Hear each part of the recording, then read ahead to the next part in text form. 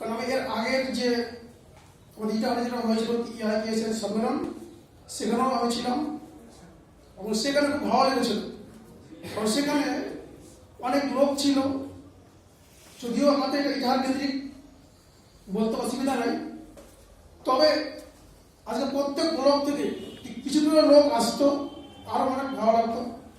যাকে সে কথা আমি বলছি না, আমার তো কথা বলার এখানে ইচ্ছাও নেই, কারণ আমি তো ছাত্র সংগঠন করি, কৃষকদের কি বলবো, তবু কয়েকটা কথা বলতেই পারি। এখানে উপস্থিত আছেন কৃষক সভা রাজ্য সহসভাপতি ডাক্তার শিবকুমার মুখার্জি, উপস্থিত আছেন জেলা সম্পাদক আবুল হোসেন, সভাপতি সমর ভৌমিক, আরো অনেক। আপনাদের আগে একটা কথা বলতে চাই, আপনি যখন যে কাজটা করবেন, কাজটা একটা পর্যায়ে আছে।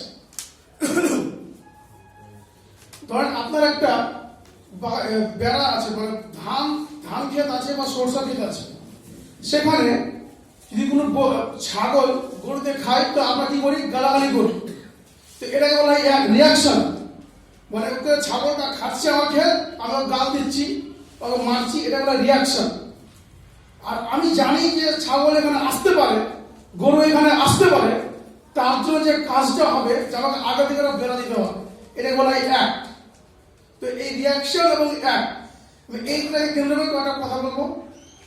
আমি আমার জীবনে, আমার রাজনীতির জীবনে, আমি যখন থেকে রাজনীতি করছি, ইআইএসএফে যখন থেকে এসেছি 2014 সাল থেকে, প্রায় 10 বছর হয়ে গেল, তো ততদিন থেকে যতটা আন্দোলন করে আসছি, তবে একটা আন্দোলন আমি দেখলাম যে মানে সাকসেস করতে পারলাম, সেটা হচ্ছে কৃষক সভা, কৃষক আন্দোলন, যেটা দিল্লিতে যেটা হলো। তার জন্য আমরা এইটা হারে অনেক প্রমাণ করেছি, রায়গঞ্জেও হয়েছে, গোটা স্টেটেও হয়েছে, দেশেও হয়েছে।